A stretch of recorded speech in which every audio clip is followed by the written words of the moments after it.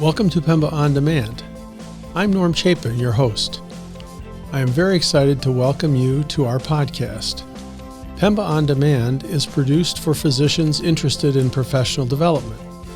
We will be discussing a wide range of topics on the podcast. I will be interviewing physician leaders from the U.S. and from other countries who have graduated from the Physician Executive MBA program at the University of Tennessee. These physicians will be sharing stories of professional and personal growth, overcoming challenges in their organizations, and discussing key leadership skills they have learned from the MBA program and ongoing professional development. Welcome back to Pemba On Demand. Today, I'm pleased to welcome Nancy Scott to the Pemba On Demand podcast. Nancy is the Leadership Development Programs Director for Graduate and Executive Education at the University of Tennessee Haslam College of Business. On this podcast, Nancy is going to be discussing a new program that's being offered at the University of Tennessee, the Chief Medical Officer Accelerator Program, or CMO Accelerator Program. I'm really super excited to have the opportunity to learn more about this program myself and to share it with all of you. Nancy, welcome to Pemba On Demand. Hi, Norm. Thank you so much for having me tonight in the Pemba family audience. I'm so very happy to, be a part of the Pemba family myself, but to have the chance to talk about the CMO program tonight. Well, that's great. I've been looking forward to this ever since we started planning this a couple of weeks ago. And so thank you for taking the time to be on the show. Oh, you're welcome. So maybe we could start a little bit tonight with you sharing with us a little bit about your background and how you ended up at the University of Tennessee. Well, to me, the University of Tennessee is like Hotel California. I barely left. Okay. So early 2000s, I was a graduate student studying industrial and organizational psychology at the University of Tennessee. At the time, it was the only IO program in the country in a college of business, so it was the one for me. And I didn't want to leave when I graduated, but UT made me after begging to stay. They made me leave, and I spent a few years in Boston at a liberal arts school where we created a really awesome business major. And then I got a phone call one day that reminded me of the amazing leadership development program director role within graduate and executive ed. And so I've been in this role for about 8.5 years here in a couple of months. And so it's really been fantastic. Great. It's so much more than I even knew as a graduate student. So industrial organization, it sounds like a fairly unusual major if it, at least at the time you went through your educational training and your undergraduate, you only found that particular focus at the University of Tennessee. Can you tell me a little bit more about that and how you got interested in pursuing that career? Oh, yeah, Norm, absolutely. So I knew nothing about it. I was an athlete growing up, and I knew teams, I knew leadership, I knew competition. And I was in a car accident, and it's a reason I love healthcare. Thank you to all my physicians who helped put me back together. But I was in a car accident, and I broke my back. I shattered my arm, my clavicle, and I didn't really know what I was going to do anymore. And I went back and I got my MBA, and I was lucky enough to get a mentor who, as he began to work with me, he recommended industrial and organizational psychology. And that's how really my eyes got open to it. And the focus can be, either, on the industrial side or the organizational side, kind of testing, selection, or the organizational piece where you focus on leadership, motivation, how human dynamics impact organizational function. And so that's kind of the side I end up picking. And I did some research on humor, survived my dissertation, and along the way, I got the opportunity to actually work with Dr. Kate Ashley at the Tennessee Assessment Center and with Dr. Cheryl Barksdale, who was the Leadership Development Programs Director at the time. I'm this lowly little peon role player. Norm, I know you're a Pemba alum. Yeah. Do you remember the simulations? Oh, absolutely. I sure do. do, Nancy? So I started as a Blair. I messed up, introduced myself as Nancy, and realized very quickly role playing was harder than I imagined. But I saw what the role playing experience did for the executive students. Right. In Great. regards to how it challenged them, how it brought out the leadership skills that were going to be necessary for them to be effective in their workplace. And I got really, really excited. Mm-hmm. And I told Dr. Barksdale all those many years ago that she had my dream job, and she thought I was crazy. And she asked me why. And I told her, well, you've got the opportunity to work with today's captains of industry, and you can translate that into the undergraduate classroom to prepare leaders of the future. And that comment all those years later, 9 years later, it got remembered. And so it got me, that enabled me to kind of circle back to UT to do what I do now, which is a lot more. Thankfully, all you Pembas are very lucky I don't role play anymore. But I train, I hopefully retain role players and the coaches as part of the LDP program.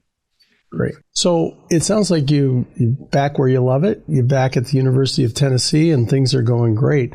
I'm interested to know, as you said, I'm a Pemba alum. I went to the MBA program back in 2008, but the CMO Accelerator course is something that is fairly new. I just started hearing about it. So tell me a little bit about that and how you got involved in that opportunity. Yeah, so the CMO program is very new. We just finished our first run of it a couple of weeks ago, and our next run is kicking off here next month. And how I got involved, I guess, Jim Rosenberg, he gave me a call and wanted to talk to me about the leadership component of it. Okay. And that's how I ended up getting roped in, because it was such a really, I think, an amazing opportunity for Pemba alum, frankly, and anyone else. You don't have to have a Pemba degree to be suitable for the program. It's definitely not geared just towards that. But I got really excited because of my work with Pemba. I heard a lot from the students that were interested in going the CMO route about how they wanted to learn more. And so when Jim reached out and asked me about this program, I was like, oh my gosh, light bulbs going off, really, really needed based on what I was hearing in the Pemba classroom. So were you involved with Pemba education and teaching in the Pemba courses besides your now famous role-playing activity? Were you involved with Pemba when you came back to UT before this program started? Oh, yes. So I'm a Pemba Core faculty member, so I teach organizational change. I teach innovation or design thinking. I teach leadership style, power, influence. And you might also remember the old marketplace simulation. I do. Yes. Sir. And so about a year ago, my colleague, Dr. Strickland, and I, we're trying to fill Bruce's shoes and help folks in that, the heat of the marketplace battle. Gotcha. Yeah. Okay. So this is a new adventure for you. When did it kick off? You said you've had one cohort just finishing up? Yeah, one cohort. We kicked off early spring of 2024. Or actually, I'm wrong about that, Norm. We kicked off in the fall of 2023 was our start. Okay. Yep. How long is the 2023 to April? It's a 6-month program. Mm-hmm. Okay. So tell me a little bit about the design of the program. What does it involve? So it's 6 months of synchronous meetings, like kind of lunch and learn style, or working lunch, where every other week around lunchtime, we come together for 90 minutes. Okay. And depending on the cadence, so bi-weekly 90-minute synchronous virtual sessions. And we do something slightly different each session, though, right? We actually alternate between faculty delivering curriculum, one of the bi-weekly sessions, and then the next bi-weekly session is what I'm really excited about are the peer coaching sessions. And so we do that rotational cadence for the course of the 6 months. And it really helps the students both get exposed to, of course, concepts that are relevant to the CMO role. But the part that I'm giddy about is that it gives them the opportunity to have a lot of one-on-one time with expert CMOs and each other. right? In those what we're calling peer coaching sessions. So how many faculty do you have from the University of Tennessee that are involved in this program? We've got three faculty, Jim Rosenberg, myself, and Dr. Tim Munyon. Okay. And then the material. And what about the peer coaches? The peer coaches, oh my goodness, I'm very, very excited. We've got over a handful of peer coaches who are some Pemba alum, some not Pemba alum, but we've got about 7 CMOs who come from a variety of practice backgrounds and from different types of systems. But we've got 7 what we're calling expert CMOs who devote their time with the students in those one-on-one coaching, or excuse me, that's not accurate. It's group coaching sessions. The CMOs are more than willing to spend their time talking one-on-one, but when we come together bi-weekly, it's a really small group. It might be 2 of our expert CMOs with 4 of our CMO students. Now, are the CMOs Pemba alumni, or are they somehow have they been affiliated with UT in other ways, or how did you find them, I guess is my question. Yeah. And so Jim Rosenberg definitely tapped the Pemba network to find many of these CMOs, as well as just the general kind of, maybe not, they may not be Pemba alumni, but they are definitely connected to the Pemba network in the university. And so we've got 7, I'd call them rock star CMOs. Great. Yeah. So what were the main what was the main audience for this program? Who did you reach out to, and who did you try to interest in it? Oh, that's a great question. So we really the buzz happened because of the Pembas, right? Many of the Pembas in the classroom were talking about how much they wanted additional preparation to become CMOs. And so then Jim Rosenberg did a lot of boots to the ground research, talking with active CMOs to kind of understand the CMO role at a deeper level, figure out the leadership skills that are needed, and then, of course, kind of started at first, of course, marketing to, current Pembas and Pemba alumni.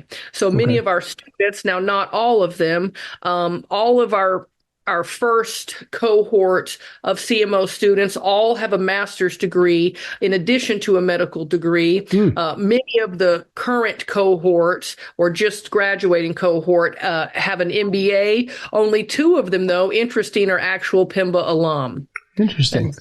Yeah. So this does expand beyond Pemba alum, that's for sure. Yeah. Well, it sounds like people who are exploring this program who already have an MBA are finding that there's a value add. I guess when you and I spoke before, I guess my kind of assumption was that this program was positioning itself for physicians who hadn't decided that they needed an MBA yet, but they felt they needed additional leadership skills and training to help them with the CMO role. But it sounds like many of them have already gone on to advanced degrees and then come back to really focus on things they could do to be more effective in the CMO role. That, Norm, you said it so well, I would make no corrections to that. Interesting. Yeah. So right now, it sounds like you're ready to kick off cohort number 2. When is that going to be starting? So the next cohort begins the 3rd Thursday of May 2024. We kick off round 2, May 16th. Okay. And if people are interested in applying for the CMO Accelerator, what should they, how should they reach out to, and who should they reach out to? Oh, that's a great question. Tom Brown. I know our Pemba family, we don't survive without Tom, y'all. But please, if you're interested, reach out to Tom Brown. He can give you more information. He can get you the links that you need to apply for the program. Yeah. So I'll include the information I'll give you Tom's contact address for anybody listening who's interested. For those of you who didn't pick it up in Nancy's comments, Tom is like the stalwart administrative support for Pemba, and it sounds like CMO Accelerator too, although I didn't know that. I talk to Tom almost twice a week as we prepare for these live streams and Pemba On Demand podcasts. So that's funny. He didn't mention that to me, that he was involved. Oh, he's just the sweetest. He's just so humble. He's not going to take much credit, Yeah, that's very true. So what is the maximum number of students that you can have in a CMO Accelerator cohort? Norm, I love that question because I think a lot of universities would answer, bring it on, baby, as many as you can fit. But actually, that's not the approach we're taking. We want this to be a very intimate type of experience, right? Where you do get valuable time with a small cohort. And so that does mean we're limiting the class size to 15. Okay. And that's for that 6-month program. Yeah. Okay. Yeah, 6 months. Yeah, and then when we would kick off cohort 3 late 2024, and then we would accept another 15 for that small cohort. Okay. So what are your goals? And you mentioned that you have several faculty that are assisting you. I know you have Jim Rosenberg, who was kind of sound like the mover and the shaker behind the program in the early phase. And then Tim Munyon, who's helping you. But what do you guys see as your big vision for the program, and how quickly would you like to achieve those goals? Oh, Norm, that excites me so very much because we really do have a vision for the CMO program. I hope it's an achievable vision, but Pemba has given us really big shoes, not to fill, but shoes to walk alongside. And so truly for us, we want the CMO program in 5 to 10 years to be as well known and as trusted as Pemba. Because it really is such a good complement to that curriculum for any physician leader that goes through it that really wants to go into a CMO role, but it is a wonderful opportunity for any physician leader, even if you're not a part of the Pemba family, to help them prepare for that role. And so we are really looking to build it through building relationships. We're talking about things like our first round of graduates coming back to be mentors for the second cohort, to really build a network of graduates from the CMO Accelerator, but do that in a way that makes it as trusted and respected as the Pemba degree is. Great. Well, that is a lofty goal. You're right. The Pemba program has been around for decades now. And to achieve the brand recognition, the name recognition for the CMO Accelerator Program within that period of time, you certainly have your work cut out for you. We do, but luckily, again, I cannot overestimate the value of having those expert CMOs in the classroom with us. And I think the faculty are invested, the expert CMOs are invested, and the cohort 1 was invested. And so I am, it's lofty shoes to walk beside, but I'm very excited about the potential with that number of people that are invested and willing to give, right, and willing to help each other grow. I'm very, very, very excited about the potential of us achieving that goal. Would you say that there's any length of time that someone has been in a CMO role that would disqualify them for the CMO Accelerator course? Like, I've been a CMO for 15 years. Have I been in it so long that I know everything I need to know and I'm good at everything I need to be good at? That is an awesome question. From observing the dynamics in the classroom, I am pretty confident that even our expert CMOs who've been in their roles for as long as you've been in yours are still learning something new every session, right? And so while I think the program is ideal for folks looking to enter a CMO role or folks who are perhaps within the first 5 or 7 years of the role, I can truly say I've observed those very experienced CMOs really learn something and view something in a different way because of how they're either expert counterparts or the less experienced CMOs from their perspective. Another thing of value of the program, they come from, their backgrounds are all so very different. And so the diversity of experience, I just think creates a stellar learning opportunity for everyone in that classroom. Great. Yeah. This podcast is sponsored by the Physician Executive MBA program at the University of Tennessee, Knoxville's Haslam College of Business. In less than 1 calendar year, this program will equip you with valuable business acumen and leadership development not found in traditional medical school curriculum.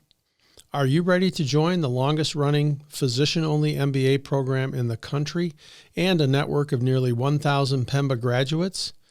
Visit tiny.utk.edu/POD podcast for information about this exciting opportunity.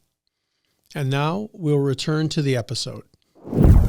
One of the questions I had was, and I know we talked about this when we were preparing for the show, I was interested in, with University of Tennessee already having a nationally respected, nationally known physician executive MBA program, what was it that led to this interest in this niche of CMO Accelerator specifically? Because I may not be completely accurate, but I don't think they've started up any other physician-specific educational tracks per se. So can you tell me a little bit about what Jim saw as the need and how he identified that?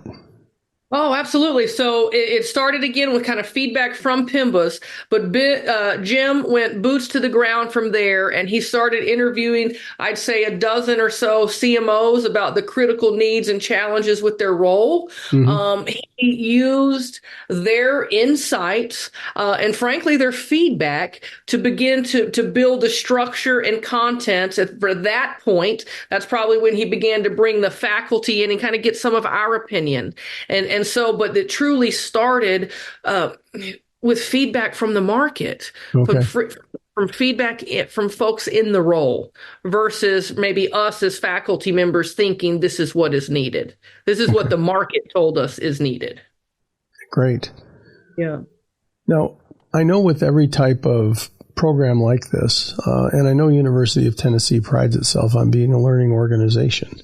I'm sure that you've tried to get some feedback from the students, that went through the program, but also from the faculty and from the CMOs, the mentors.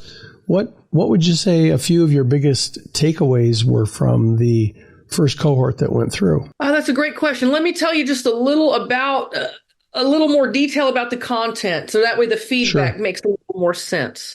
And so we're covering, skills like leading change, coaching high performance, influencing people who don't have to follow you. For example, we are structuring the peer coaching in small groups. We've got a initial assessment, leadership development. I got to assess where you start. And so we're doing an assessment at the initial phase of the program. Folks are drafting a strategic intent for what they would like to achieve during that 6 months. And so some of the feedback that we're getting from the first cohort has been, they want us to provide a little more exposure to their peers. So for cohort number 2, we're thinking on rotating the peer coaching groups so that they can go deep into their leadership challenges with more than just a small group of folks. We're getting some feedback on, trying to fine tune some, frankly, words of assignments to make sure we provide just enough clarity, but just enough leeway that the assignments in any person's context will help them practice the skills that the prior faculty session introduced. And so to really get clarity around making sure all assignments reinforce the skill development of each session. And then frankly, we've gotten some feedback on, hey, you want to know what?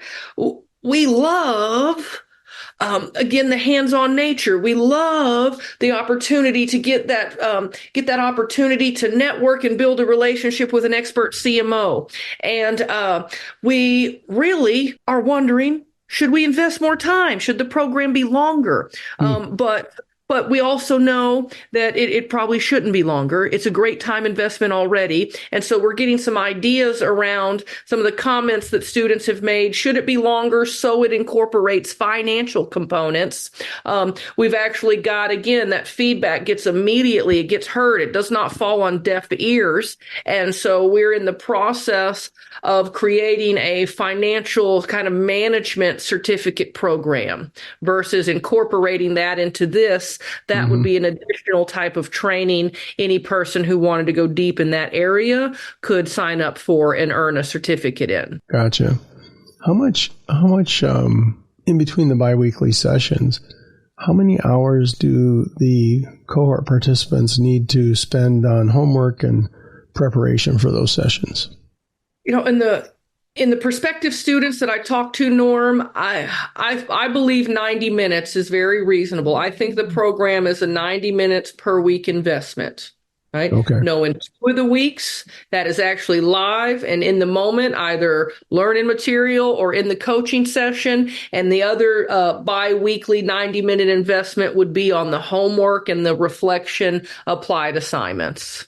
Now, are the assignments something that are textbook assignments? Are they watching videos? Are they PDFs that you send to them? Great question. No, and no. Struck out. Yeah. A softball player loves that joke, Norm. I like that. No, the assignments are really hands-on. For example, they may learn principles of influencing folks that don't have to follow them. And the assignment that follows that session really is, for that individual student to identify a scenario in their world, right, that they want to become more influential in, and determine a plan to use those concepts, go do the plan, reflect on the plan. So for a quick example might be in they learn coaching skills, and their homework assignment before the next session is to find time with a peer in the program to practice their coaching skills and help one another through a real-time leadership challenge. So the homework doesn't come from a textbook. It's completely customized to the material and to the student's world. Okay. So are those assignments then sort of developed at the end of each of the biweekly live virtual sessions for each student, that they're given particular assignments? How does that work? So the assignment, there's a general structure for the hands-on nature of the assignment. But then once the student learns the principle, they are the one that ties the structured approach of the assignment to their individual context. Okay. What you mentioned earlier that most of the current or the previous cohort students were already completed their MBA degree. Was that something that surprised you guys? It kind of surprised me when you said that, but it really it did surprise me. It really, really did. I thought maybe even a few more students might have gotten their MBA through Pemba. So when it was, I don't want to say just 2, like it's a disappointment.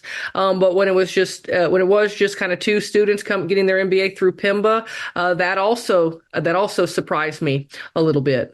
What was the size of the cohort, the first cohort? The first cohort was 9 students, 56. I'm proud of this. 56% of them women, 44% men. Again, all of them having a medical degree, all of them having a master's degree, either an MBA or an MPH. Okay, great. And what is the cost of the program to a physician? The cost is $4,900. Okay. And is that, did many of the students receive support from their organizations with the tuition? Norm, when I asked Jim to help me with that question, he told me that most of the students were self-pay. I believe actually all of them were self-pay. Okay. Now, I know we're kind of close to when the next cohort is starting. Is there still time for people who are interested in joining this cohort to join, or do they have to wait until the next cohort starts? Oh, no, there are still some seats open in this second cohort. And so we would love, again, if the time is right for folks in regards to them taking their next steps, there is still time to join this cohort. Okay.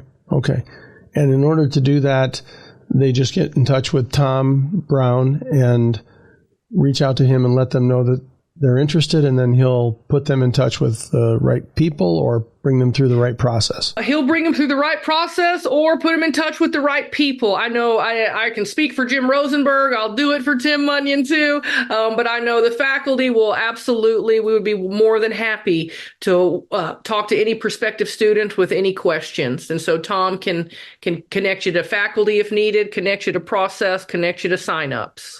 And can you remind me when the next cohort is kicking off? The next cohort is kicking off that third Thursday in May, which I believe is the May 16th. Okay. All right. Great.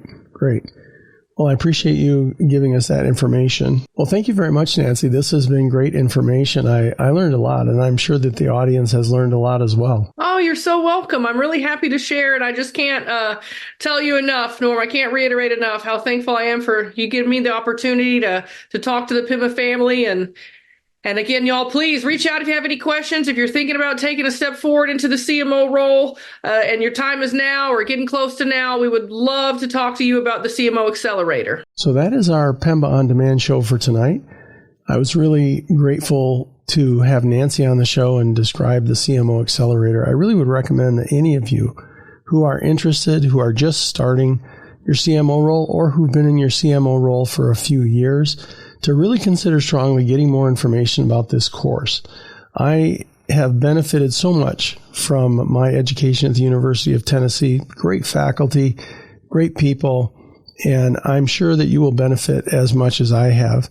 So I'm going to include some information in the show notes, some websites that you can link to, some information about the CMO Accelerator, and I will put in Tom Brown's contact information so that you can reach out to him if you have any questions. He's a great resource, and I know that he'll be more than happy to point you in the right direction.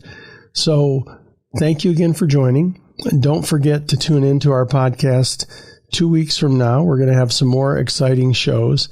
And don't forget that the University of Tennessee is a great sponsor for this show. We really appreciate their support, especially Kate Atchley, Dr. Don Leiter, and Tom Brown for helping direct me to guests that I can bring on the show to be able to share some exciting information with you. So thanks for joining us tonight. Take good care of yourselves, and I'll look forward to seeing you at the next podcast. That wraps up our show for today. Thank you very much for joining and listening to the podcast. If you have any comments or questions regarding this episode, please feel free to add them in the comment section on our website, tiny.utk.edu/POD podcast. We love hearing from you and are happy to answer any questions you may have. I will add a link to the website below. Please also don't forget to subscribe to the podcast by clicking the subscribe button. Add Pemba On Demand to your podcast library today.